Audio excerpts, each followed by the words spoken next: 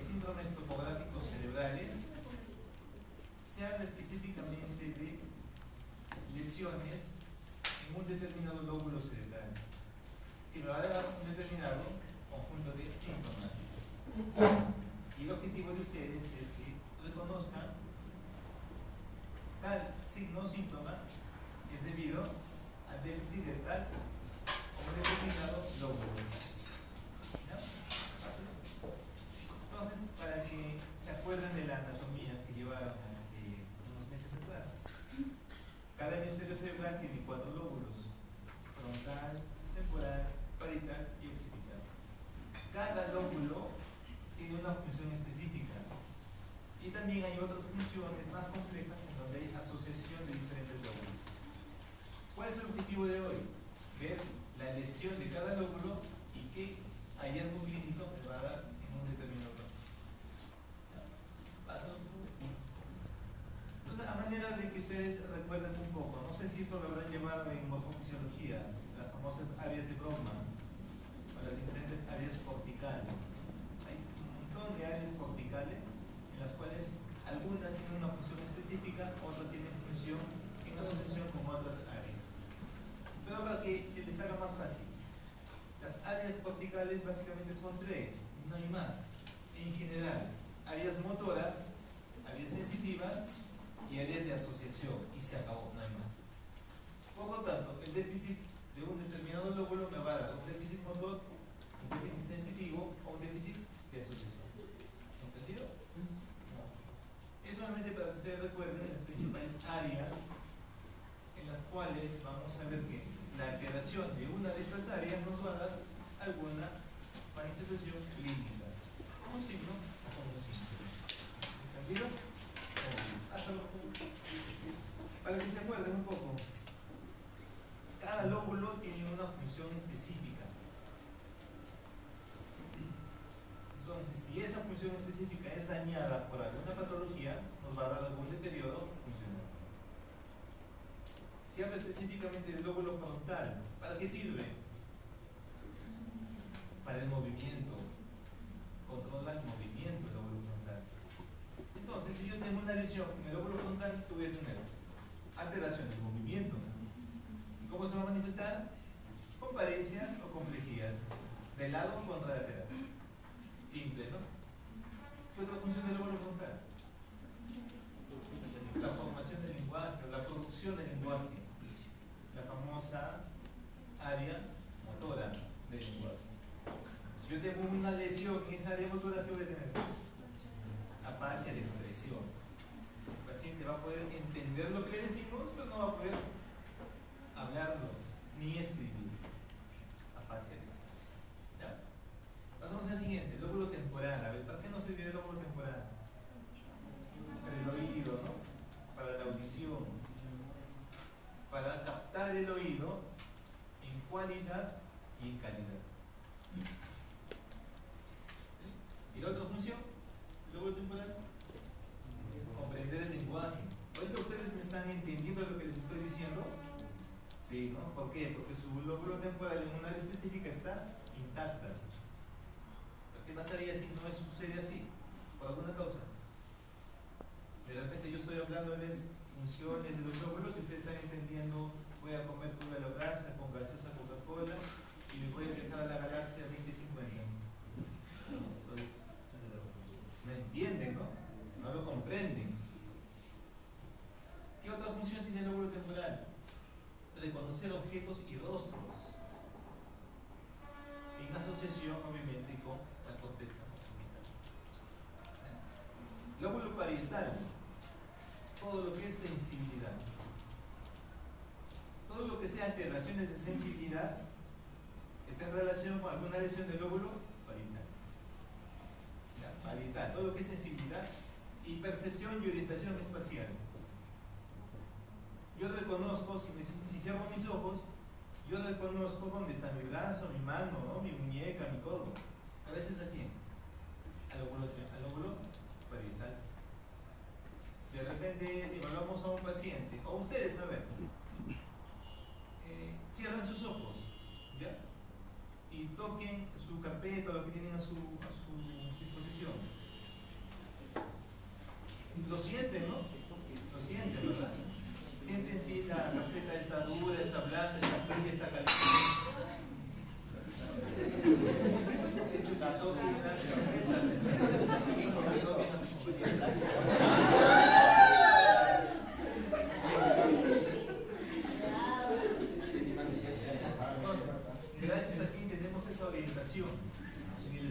gracias al lóbulo parietal.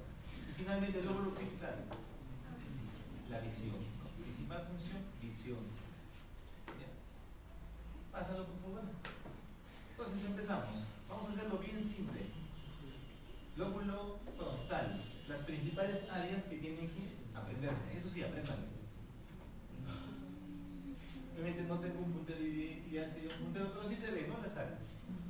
Área 4, corteza motora primaria, la que permite hacer esos movimientos, ¿no?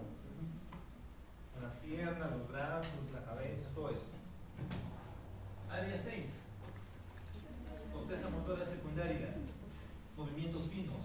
O sea, por ejemplo, movimiento de la pinza, veces aquí. Área 6. Movimiento de, por ejemplo, sacar un fósforo de una cajita, hacer el movimiento de encender y llevarlo a la vela. Movimiento fino. Movimiento grosero, corteza motora primaria. Movimiento fino, corteza motora secundaria. Área 8. Campo visual. ¿Por qué? Porque para mover los ojos no necesariamente, o sea, para que me puedan entender. Ah, perfecto, muchas gracias. Entonces paso callo. Campo visual frontal. No es sentada porque he estado de guardia todos los días y estoy cansado. Campo visual frontal. Los movimientos oculares necesitan coordinación fina y coordinación gruesa. Pero hay una zona del lóbulo frontal que controla el movimiento conjugado. Si esa zona, el área 8, se lesiona, no voy a conjugar la mirada. Y la mirada se va a desviar hacia un lado. Ya vamos a ver cuál. Área 44 y 45. Área de Broca, área motora del lenguaje. Y finalmente 9, 10, 11 y 12. Corteza prefrontal. ¿Por qué, por ejemplo, un paciente, una persona que ha consumido alcohol, se desinhibe? ¿No? Se transforma, ¿no? Empieza a hacer muecas, gestos, se abraza con su amigo, de lo que es tímido, tímida, calladito, se vuelve eufórico. Corteza prefrontal. La corteza prefrontal es la que se encarga de ayudarnos a comportarnos en un ambiente social. Si se inhibe esta corteza o se lesiona, nos desinhibimos totalmente. ¿Entendido? Entonces miren, lóbulo frontal con sus diferentes áreas. Pásalo por favor. Entonces, ¿qué pasaría si se lesiona el área de la corteza motora primaria? Que controla el movimiento. Puede tener eso.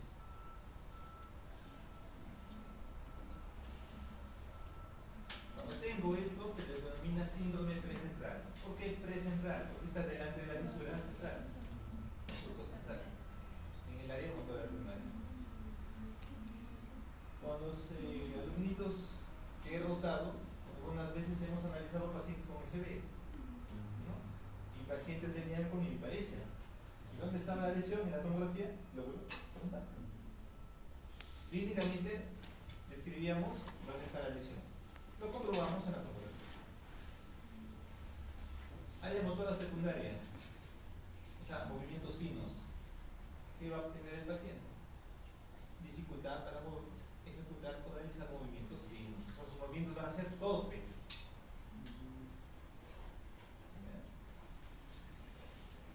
Campo ocular frontal, incapacidad para girar los ojos hacia el lado opuesto. O sea, la lesión, o mejor dicho, esa incapacidad de los ojos va a estar mirando hacia la zona de la lesión. Muy poco frecuente, ¿ya? Muy poco frecuente, solamente en algunos casos muy excepcionales se dan. Área motora de Broca, afasia de Broca, o afasia motora, o afasia no fluente. Lo normal del habla es que sea fluente, coherente, con sentido. Eso es lo normal. Pero si un paciente empieza a trabarse, a no poder articular de forma adecuada las palabras, hablamos de una afasia de Broca. O no puede escribirlo. ¿Ya, chicos? No necesariamente el lenguaje, la afasia motora es lenguaje hablado, también es lenguaje escrito. te entiende de repente, le dice, señor, señora, escriba su nombre. Y el paciente o la persona se llama Nemesio. Y no te escribe Nemesio, te escribe JHW. Él sí sabe, en su mente está, puede escribir Nemesio, pero no lo puede ejecutar. Al igual que no lo puede hablar. Esa es la famosa afasia motora. ¿Ya? Finalmente, hay una lesión que compromete la corteza prefrontal. ¿Qué signos y síntomas va a tener el paciente? Apático, cambios de la personalidad, se desinhibe totalmente, se vuelve inestable, se vuelve irritable, impulsivo, con deterioro intelectual, no pone atención a la clase, no se concentra y tiene alteración de la conducta sexual. Entonces, cuando veamos algún paciente con alguna lesión en su cerebro y tiene estos signos y síntomas, ¿de qué hablamos? Un síndrome prefrontal. En conclusión, chicos, síndrome frontal tiene tres variantes: precentral, premotor y no hay nada más. Es así de simple, como la endocrinología.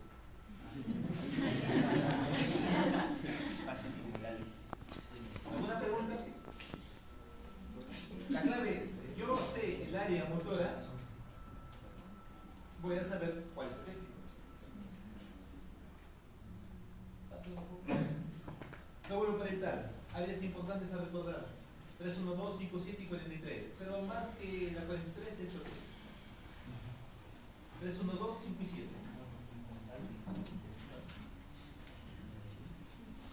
La ciudad central y la región o surco no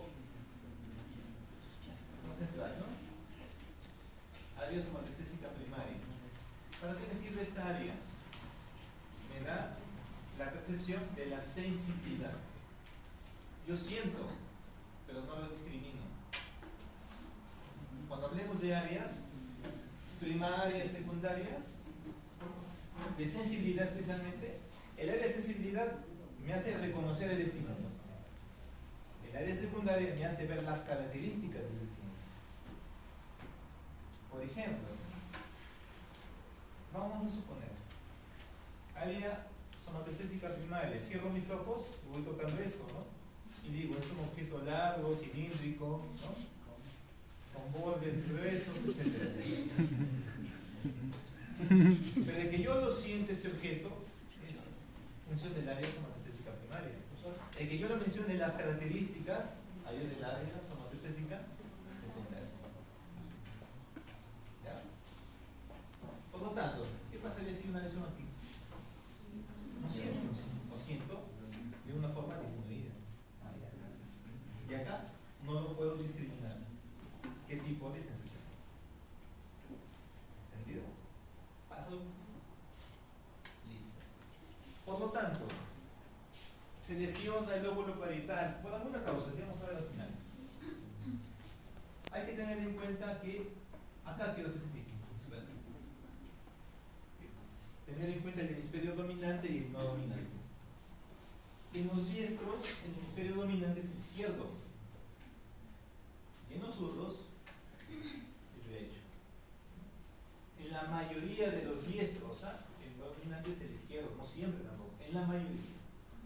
Por lo tanto, tenemos que ver las lesiones del lóbulo parietal dominante o no dominante. Se lesiona el lóbulo parietal dominante, o sea, el izquierdo. El paciente va a tener aplasia. Y supongo que en sus ocasiones, cuando les han hecho examen físico, neurológico, les habrán explicado a sus docentes que es aplasia, ¿o no? ¿Qué es aplasia?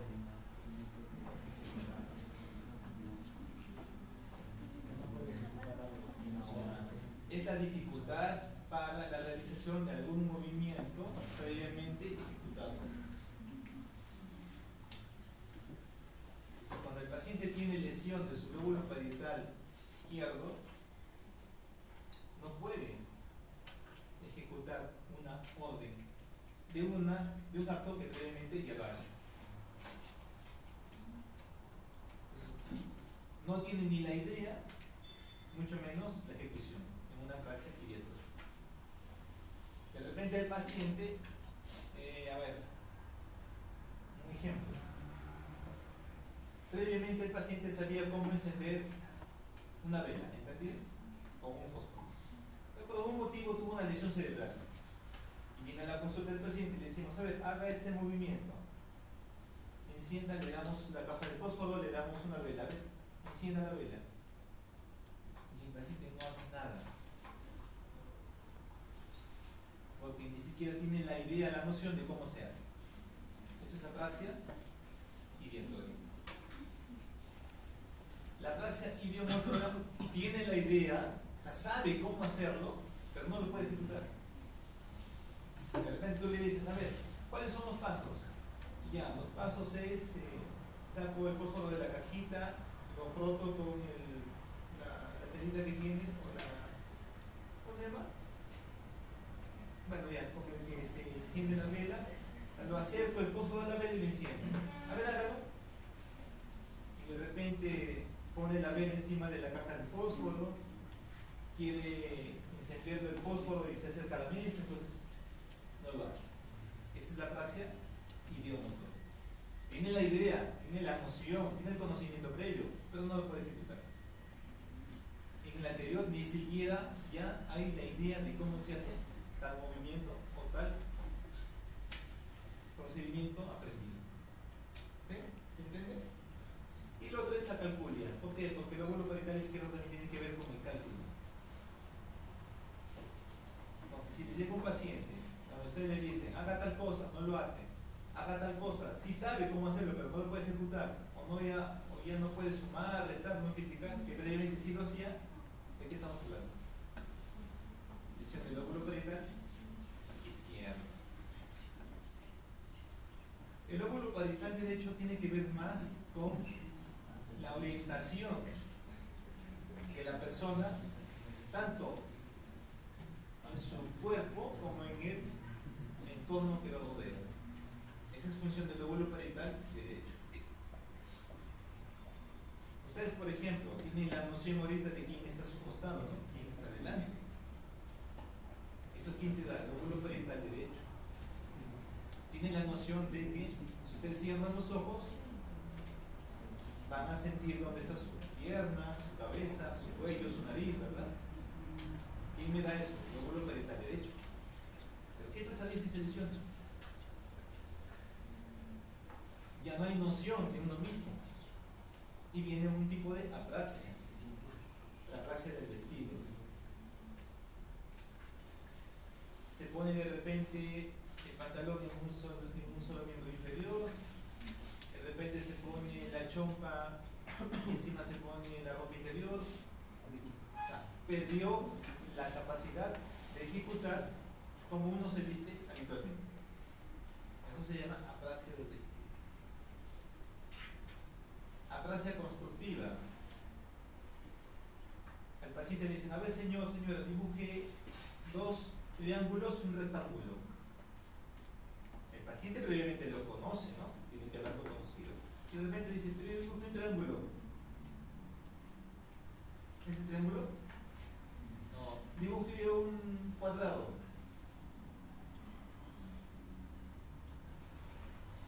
Apraxia constructiva. ¿Ya?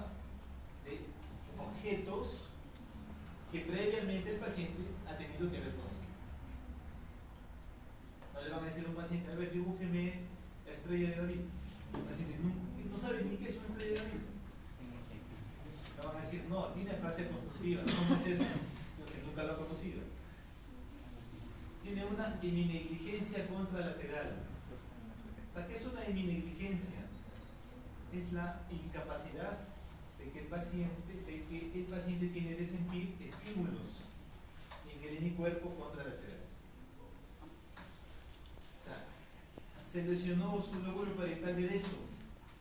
El paciente no siente siente estímulos en el lado izquierdo de su cuerpo. A pesar de que la sensibilidad está intacta, la piel está intacta, los nervios están intactos. ¿Dónde está la causa? La lesión. Lóbulo parietal. Hemiasomatonosia. Esos términos raros, ¿no? Eso se refiere a que el paciente pierde la capacidad de reconocer una parte de su cuerpo. En este caso, el lado izquierdo. O sea, el paciente solo se asea el lado derecho, el lado izquierdo ni cuenta.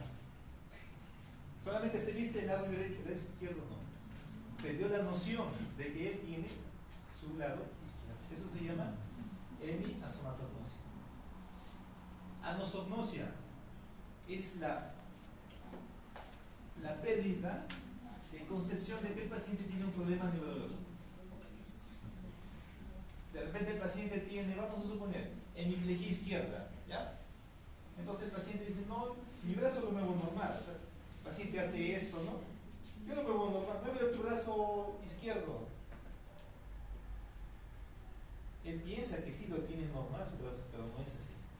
Eso se llama anosognosia. Entonces puede ser pregunta de examen, ¿no? De repente decimos paciente que tiene lesión en el lóbulo parietal izquierdo. ¿Cuál de las siguientes manifestaciones clínicas es la correcta? Ponemos de repente afasia motora, ¿no? Acalculia, anosognosia, apraxia del vestido. ¿Cuál sería? Acalculia. O de repente el lado de esta, ¿no? Del lóbulo parietal derecho. ¿Cuál de las siguientes apraxias se presenta en la lesión del lóbulo parietal derecho? ¿Cómo hay? ¿No? Alternativas. Apraxia iliatoria, apraxia idiomotora, apraxia conductiva, anosognosia. ¿Cuál sería? Apraxia conductiva, ¿no? Entonces, acuérdense, el lóbulo parietal derecho tiene que ver con falta de percepción de uno mismo o de los estímulos que se le da al paciente, ¿ya? Y en el caso de que se lesionen ambos hemisferios, pues tenemos, ¿no? Disminución de la sensibilidad táctil, termoaquésica, déficit de sensibilidad vibratoria, etc., ¿no? O sea, todo lo que son alteraciones de la percepción. Lóbulo parietal, muy raro que se lesione, eso sí. Muy raro que se lesione el lóbulo parietal. Lo más común es el lóbulo frontal.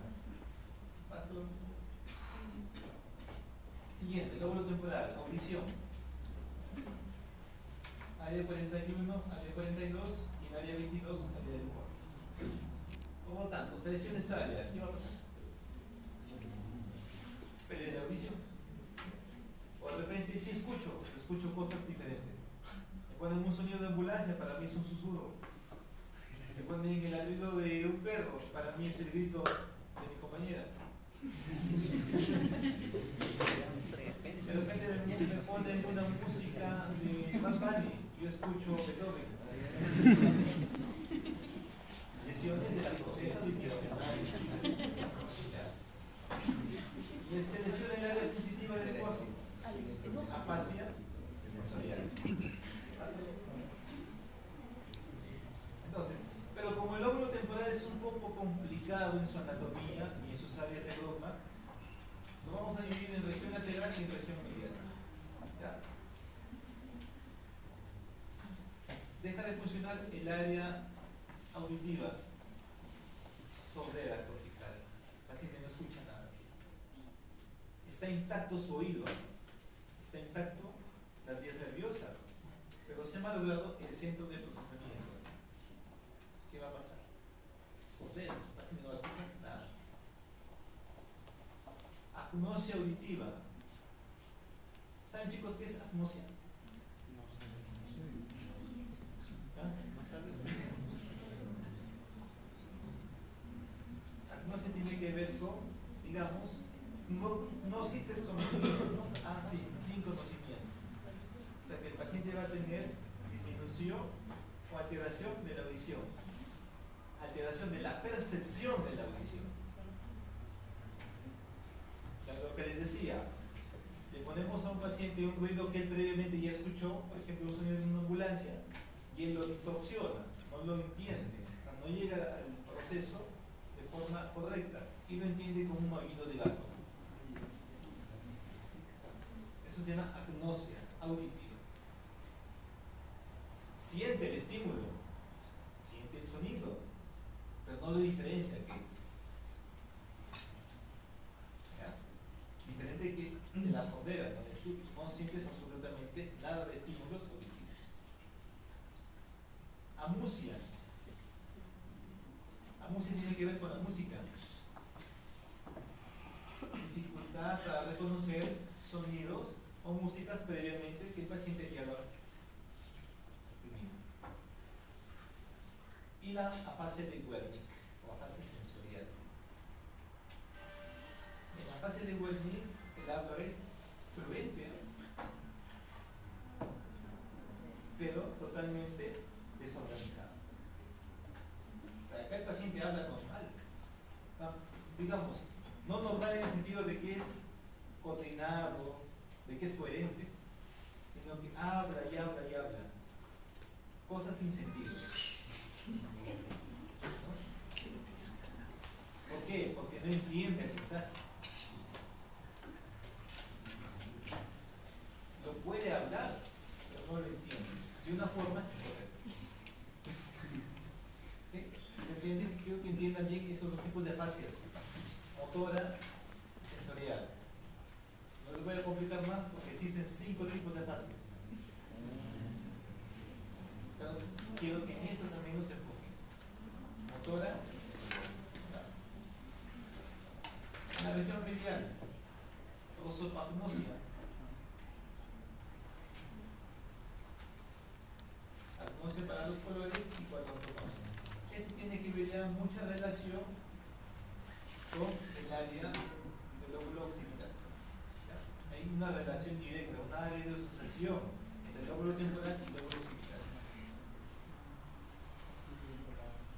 Prosopagnosia básicamente a qué se refiere? A la incapacidad de reconocer objetos o órganos. A ver, por ejemplo, tienen su enamorado las chicas y de acá a un tiempo ya no lo reconocen,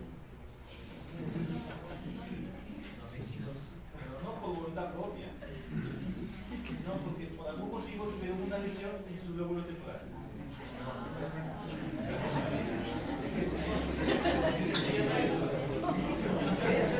Eso es la prosopagnosia, no es otra. Es que voluntariamente lo quieren olvidar, se olviden de eso. Es por alguna lesión en el lóbulo temporal. Finalmente, lóbulo occipital. Área motora primaria, área motora secundaria, área motora terciaria. 18 y 19 se le conoce como áreas de asociación. El área motora primaria solamente me permite ver, nada más. No me permite reconocer ni forma, tamaño, color, características, nada. Solo veo, nada. Solo siento el estímulo visual, punto. El área motora, perdón, el área visual, secundaria y terciaria ya me permite diferenciar tamaño, color, textura, forma, distancia, etc. Matiz, todas las características de lo que nosotros ponemos en esto. Por lo tanto, selecciona el área visual primaria. Ceguera cortical. Pero esto es si es que es las dos, ¿no? Si es uno solo, hemianosis, homónima colateral. O las vías, ¿no? Las vías ópticas. Selecciona el área visual secundaria. Solo la secundaria. ¿Qué voy a tener? Agnosia visual. Le enseñan un celular al paciente. ¿Qué es esto? Una caja de fósforo. Sí ve, pero no lo reconoce qué es. Le enseñan una pelota. ¿Qué es esto? Una manzana.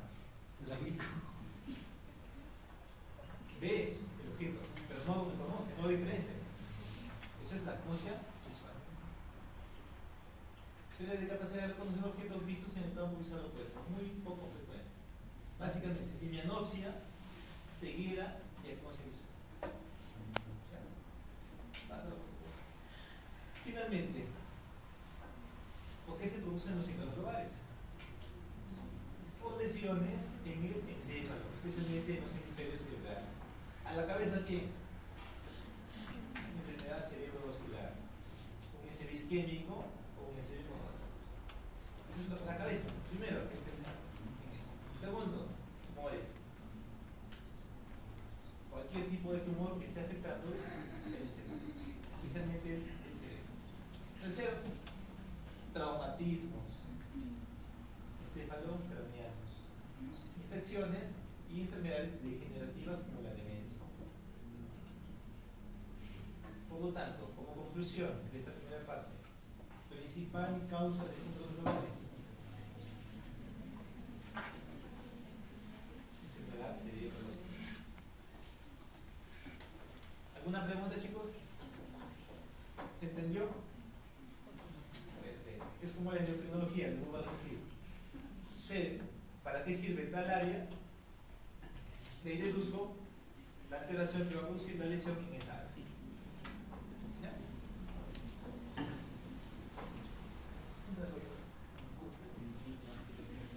Ustedes creo que están expertos en lo que es ya cefaleas. Principal síntoma neurológico, cefalea. Principal causa de motivo de ingreso en urgencias, cefalea. Pero para hacer un diagnóstico diferencial de cefaleas tengo que entender dos grandes grupos, primarias y secundarias. Primarias tres, se acabó. Tensional, migraña, orto o racimosa. La más común de todas, la tensional. Pero ¿qué pasaría si tengo un paciente que además de cefalea tiene fiebre, cefalea más fiebre, cefalea más convulsiones, cefalea más déficit neurológico, cefalea más vómitos explosivos, cefalea más alteración de conciencia? Y hablamos de cefaleas secundarias. Fácil, ¿no? Llega un paciente a la emergencia, 18 años, 5 días con cefalea, en los últimos 3 días fiebre, en la mañana que ingresa a emergencia, vómitos explosivos. ¿Es primario o secundario? Secundario. Paciente de 20 años, viene a emergencia 2 días con cefalea intensa, y cuando llega a emergencia convulsiona. ¿Primario o secundaria? Secundario. Paciente ancianito de 80 años, la hija lo trae porque tiene dolores de cabeza de un mes, cada vez más fuertes, más intensos, más seguidos, y se acompaña de alteración del habla. ¿Primario o secundario? Secundario. Entonces intentámoslo así, ¿ya? Cefalea, toda cefalea que se acompañe de fiebre, convulsiones, vómitos, náuseas, alteración de conciencia, déficits neurológicos, cefaleas secundarias. Y esas cefaleas secundarias, como tal, lo puedo englobar en diferentes síndromes. Uno de ellos, síndrome de hipertensión endocrinal. Ahora vamos a hacer rápido, ¿ya? ¿Qué es entonces hipertensión endocriniana? Un conjunto de síntomas y signos. ¿Producidos por qué? Por el aumento de la presión de líquidos cefalorraquídeos. Hay que tener en cuenta algo, chicos. La cavidad craneana es una cavidad cerrada. En la cavidad craneana tenemos que tener dos componentes, continente y contenido. ¿Cuál es el continente? Cráneo.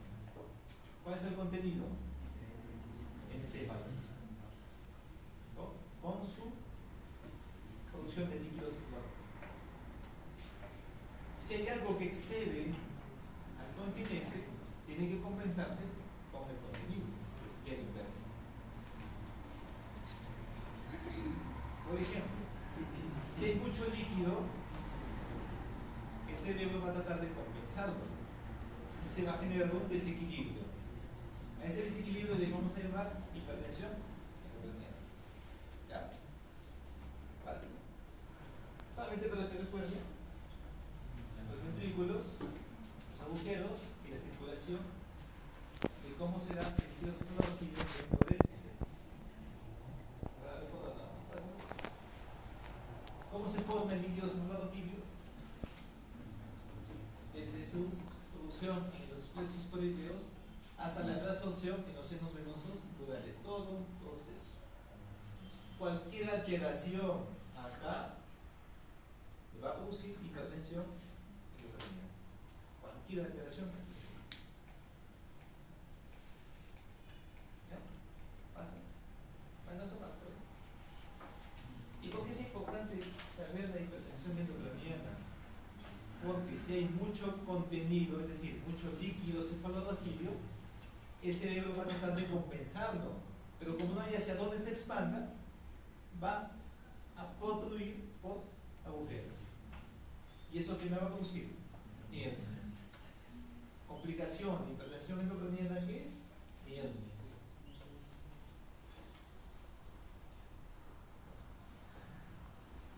Hernias a nivel de la hoz del cerebro, hernias a nivel de la hoz del cerebelo y hernias a nivel amigdalino. Trata por algún lado el cerebro compensar y salir. Cuando un paciente llega a tener esto, desgraciadamente ya no podemos hacer nada. El paciente se va a morir. El paciente con algún tipo de hernia cerebral se enclava, llega a un estado de coma y se muere. Pero lo podemos evitar, identificando a través de los signos que siguen. Bueno, paso a ver si eso ya lo leí. La anterior. ¿Por qué se produce la hipertensión endocraniana? Primer mecanismo fisiopatológico: aumento del volumen del encéfalo. O sea, por alguna causa incrementa el contenido de la cabeza, del cráneo. Por alguna causa aumenta la cantidad de encéfalo en la persona. Segundo, acumulación de sangre en las meninges. Y tercero, expulsión del flujo de líquido cefalorraquídeo. De los tres, principal, ¿cuál es? Y viene la pregunta, ¿cómo pensar? Y digo, ¿por qué aumenta el volumen del encéfalo? ¿Pasa? Por eso.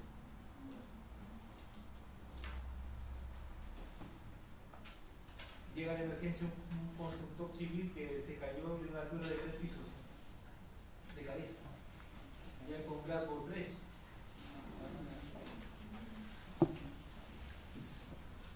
Y hacen la tomografía, tremendo hematoma en el lóbulo, perdón, en el hemisferio cerebral izquierdo.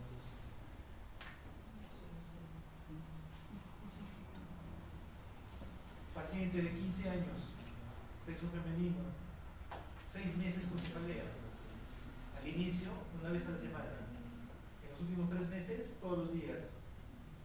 En el último mes, persistente, no calma con ningún analgésico. Y viene con convulsiones. Le hacen la tomografía, un tumor gigante, un glioblastoma multiforme. O paciente que solamente viene con cefaleas intermitentes, solo cefaleas, absceso cerebral.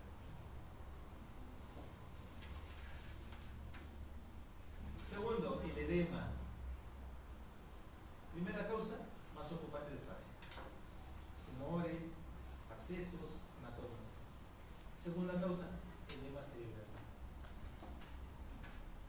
El cerebro, el parénquima cerebral, por algún motivo se edematizó. Al edematizarse, agrupa más agua, retiene más líquido, aumenta el volumen y queda hipertensión.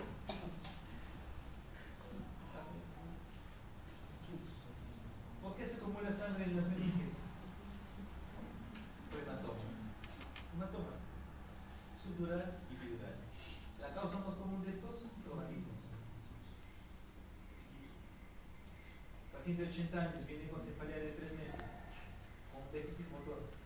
Uno piensa ACV, no, mentira, eso es brusco. Eso se para 3 meses. Y preguntamos al familiar, ¿se ha caído? Sí, doctor. Hace un año tuvo un accidente de tránsito y se golpeó la cabeza y lo llevaron al hospital. Hicieron una tomografía, sí, pero no salió nada. Es que el hematoma crónico no es inmediato, se va acumulando en el tiempo. Hematoma celular y epidural. Y obstrucción del flujo con hidrocefalias. ¿Visto niñitos que nacen con una causa? Hidrocefalia, meningitis o fracturas de cráneo. La más común, ¿cuál es? La más común de la fisiopatología. El mecanismo fisiopatológico me refiero. Aumento de la masa cerebral, ¿no? Aumento del contenido del cráneo. ¿Pasa? Finalmente, bueno, causas principales. Pregunta de examen. ¿Cuál es la principal causa de síndrome de hipertensión endocrinal? Cefalea tensional. SB. Meningitis. Tumor cerebral. Segunda causa. Hidrocefalia. Por algún motivo. No nos interesa ahorita conocer el motivo. Por algún motivo. Hidrocefalias. Ojo, hidrocefalias del adulto también. No piensen solamente en los niños que nacen cabezoncitos. También hidrocefalias del adulto. Pero como el cráneo ya está soldado, no hay a dónde se expanda, pues, y queda ahí con el cráneo. En cambio, en el bebito, todavía los huesos no han cerrado, ¿no? Pero las fontanelas que no han abierto. Vasculares, traumatismos, infecciones y encefalopatías. ¿Cómo reconozco si un paciente tiene hipertensión endocrinal? ¿Cuál cefalea? ¿Cuál cefalea? Y la cefalea tiene características: intensa, persistente, empeora en la noche. Importante ese dato. Me duele más mi cabeza en las noches, no aguanto el dolor. Todo el día me duele, doctor, de la noche es más. Y me despierto con un dolor intenso, insoportable. Y cada vez que hago esfuerzo me duele más todavía. Y ojo, mira, no se le dejo analgésicos convencionales. Tomo paracetamol, tomo ibuprofeno, tomo naproxeno, me he puesto inyección de corticoide y no me calma el dolor. ¿Qué puede ser? Cefalea y hipertensión endocrinal. Le hacen un fondo de ojo y le dejan el papilla. Es el signo más común de una hipertensión endocrinal, edema de papilla, más importante. Le asocio que vómitos. Son los famosos vómitos explosivos, o vómitos negativos, ¿no? No se precede de náusea. Lo normal es tener la sensación de náusea, de vomitar, y después el paciente vomita, ¿no? En este caso no, es un vómito explosivo. Imagínense, alguien de ustedes está con cefalea intensa, ¿no? Pero no lo va a conocer, y en plena clase resulta vomitar, sin náusea. Un vómito explosivo.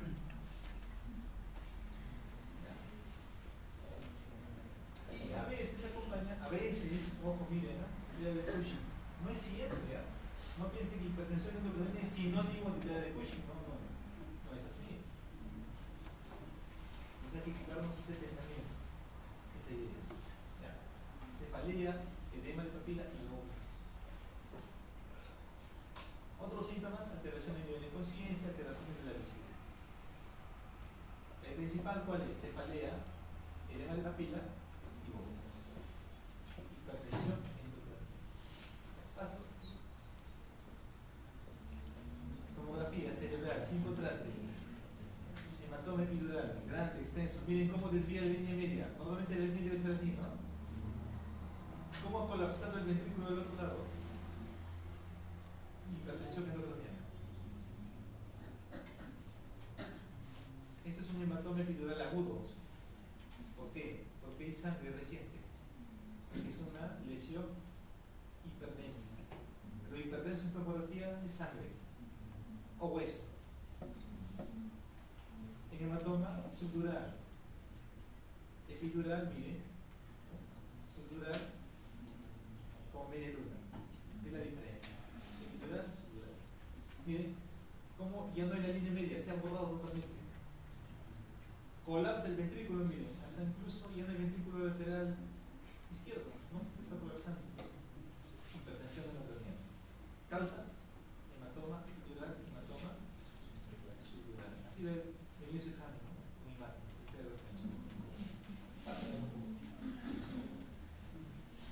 Miren, ¿es normal esta dilatación de los ventrículos laterales? No. Hidrocefalia. No hay ninguna lesión, ¿no? Miren, no hay hematomas, no hay infartos, no hay hemorragias, no hay tumores.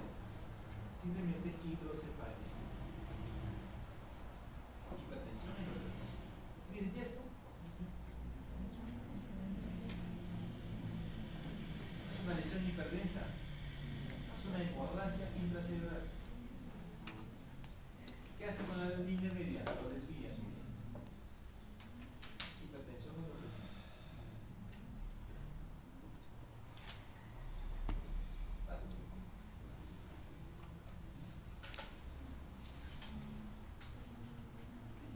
Esto es edema cerebral difuso.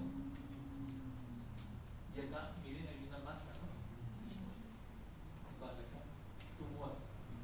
Tumor cerebral más edema cerebral difuso. Causa de hipertensión endocrinal. Miren acá, otra lesión. Tomografía sin contraste, tomografía con contraste. Es un absceso cerebral. Igual, miren. Todo lo que está alrededor del absceso, todo esto es edema. Edema peridimensional y la lesión. Hipertensión. ¿Alguna pregunta, chicos, hasta aquí? Por lo tanto, hipertensión endocrinal, cefalea, edema de papila, vómitos, en algunos casos alteración de conciencia, alteración visual. Y listo. Cefalea intensa por la noche, te despierta por la madrugada, no calma con los analgésicos comunes. Vómitos explosivos y alteración de nivel. Tienes la idea, teoría de Cushing. No necesariamente en todos los pacientes hay teoría de Cushing. No necesariamente.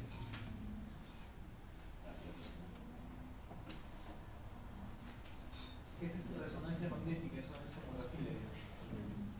Es una tremenda masa, un tumor cerebral gigante. ¿Cómo desvía, no? Nuevamente la línea de igual acá. Y para terminar,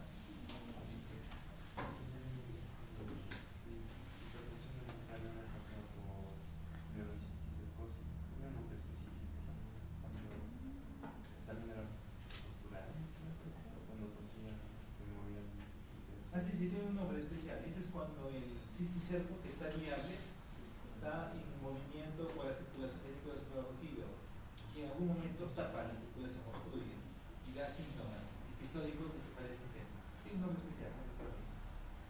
Pero a la hora te va a producir hidrocefalia. O sea, no la lesión como tal en el parénquima cerebral del cisticerco le produce hipertensión, sino cuando está circulando en los ventrículos. Ahí es. Tiene un nombre especial. Vamos con el síndrome de meningio para terminar, chicos. Pasa conjunto de signos y síntomas producidos por irritación de la vía madre y la aracnoide o de los tejidos que están adyacentes a esas capas. Pasa. Listo. ¿Por qué se produce el síndrome de meningio? Por inflamación.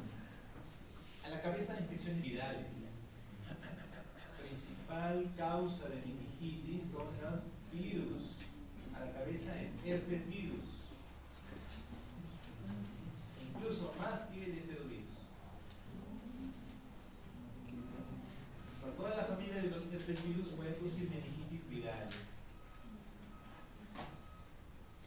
¿Quiénes han rotado con la doctora Cecilia? ¿Quién está rotando con la doctora Cecilia? Levanten la mano. La doctora Cecilia está en carro. ¿Nadie está ahí rotado? Ya rotamos, ya. Por eso, ¿quiénes han rotado? Nadie. Para Montes. Ya. Supongo que con ella habrán visto algunos casos de meningitis. No, no vimos ninguno. ¿Ninguno? Estamos de curiosos. No iba a decir.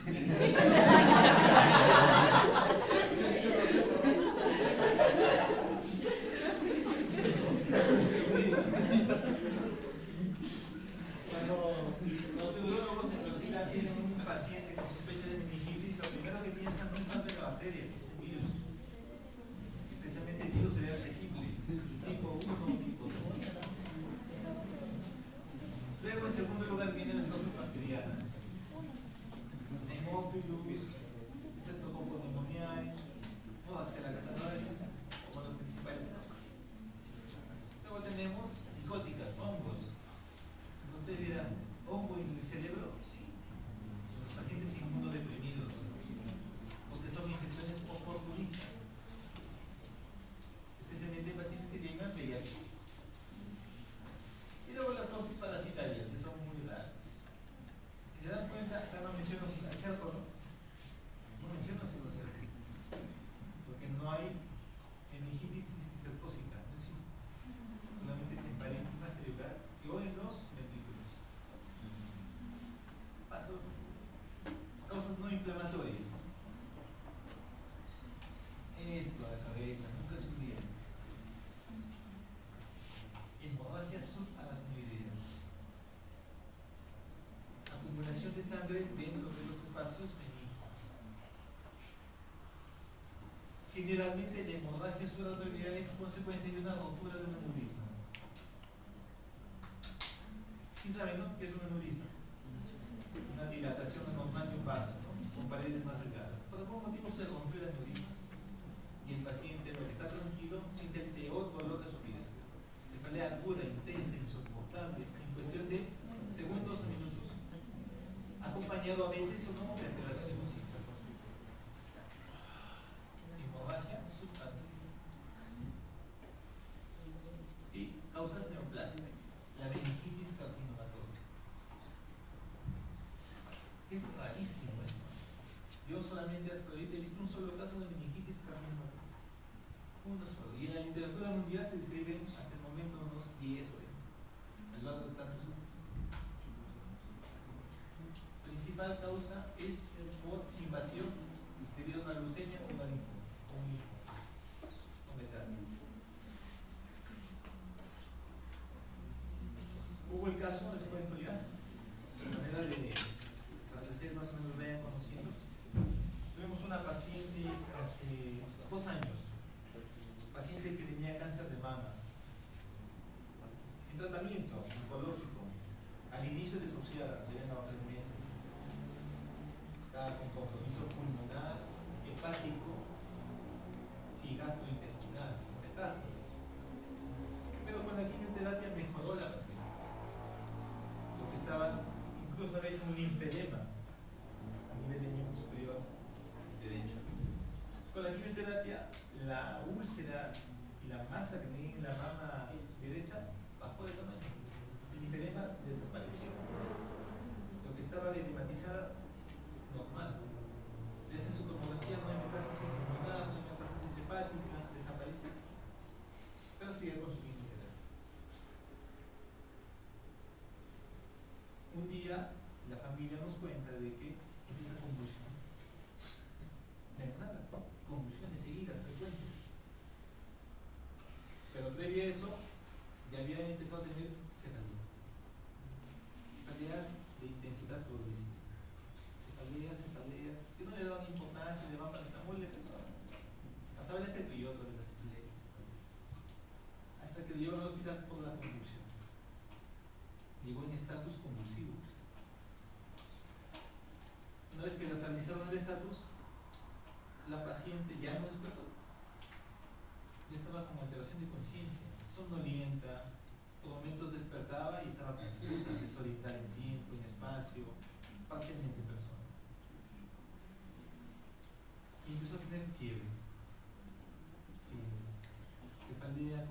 pulmones, fiebre. Y cada vez más pasaban los días, mayor deterioro de su estado. Tanto que llegó al estupor.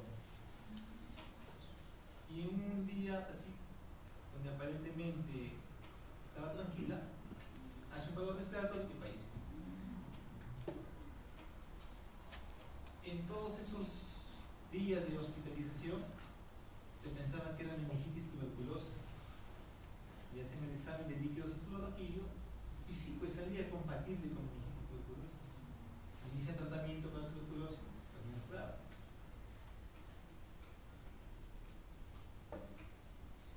Ya analizando el caso después, ya con los neurólogos, haciendo una junta médica, llegamos a la conclusión de que pues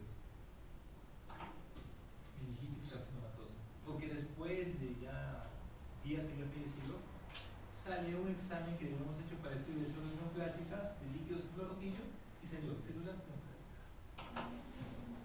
Llegamos a la conclusión de meningitis carcinomatosa. Muy raro, ¿no? Y cuando un paciente ya hace meningitis carcinomatosa, pronóstico, meses de vida.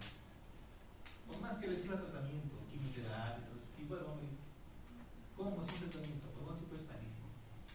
Y eso fue lo que llegamos a la conclusión esta. Empezó como un ciclo de meningitis, pensábamos que era viral, pensábamos que era tuberculosis y al final fue esto. Muy raro, miren. Lo más común son los virales, bacterianos. Muy raro. Clínica, otra vez. ¿Quién? Cefalea. Otra vez metida la cefalea. Me encanta estar en el proceso neurológico. Fiebre. No siempre, ¿eh? 10% no nos hace fiebre. Rigidez de nuca. La paciente me examina, imagínense que estoy echado en la cama, me examina, mueve esto. Nada duro, no tenso. Rigidez de nuca. A veces los alumnos dicen, doctor, tiene rigidez de nuca y tiene una contractura muscular porque hace para tensionar. No, eso no tiene meningitis. Está contracturado su cuello porque está tenso por el examen de neurología. Alteración del nivel de conciencia. Náuseas y vómitos menos frecuentes, ¿no? Que la hipertensión endocrinal. Convulsiones, 10%. ¿Qué de común tiene el síndrome de meningitis y la hipertensión endocrinal? La cefalea, vómitos, alteración de conciencia. Pero también tiene en común las causas. ¿O no? No tanto, no tanto. Porque acá es más compromiso de las meninges. Y la hipertensión es más compromiso del hemisferio cerebral. Por lo tanto, la causa va a ser diferente. La clínica puede ser similar, pero la causa es diferente. ¿Pasa? Bueno, signos: rigidez de nuca, rigidez del raquis, o sea, de la columna. No pueden flexionar el tronco. Contractura los músculos inferiores y dilatación abdominal. Estos son los síntomas. Rigidez de nuca. ¿Pasa? Y esos son los signos. Kerning y Brudzinski. Lo ponen en posición, como si fuese una figura del paciente, y ustedes presionan hacia abajo las rodillas para extender las rodillas. El paciente va a hacer resistencia. Ese es el signo de Kerning positivo. Ustedes quieren extender sus rodillas y el paciente no lo va a dejar. Le va a doler, no va a permitir. ¿Pasa? Igual acá. Quieren extender la pierna en elevación, el paciente lo va a flexionar.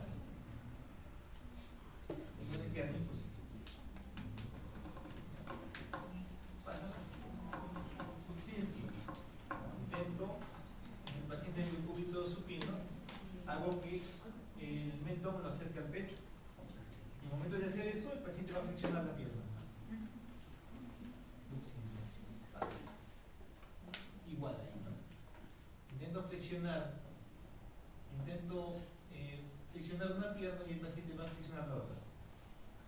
¿Y eso por qué? Por irritación de las raíces nerviosas que están bañadas en líquidos cefalorraquídeos.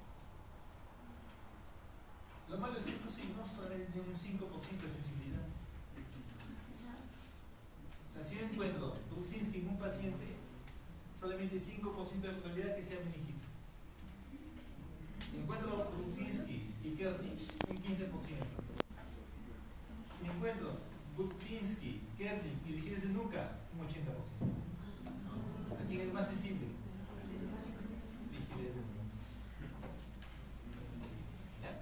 Y si además del paciente le encuentro rigidez de nuca, cefalea, fiebre, alteración de conciencia y convulsiones,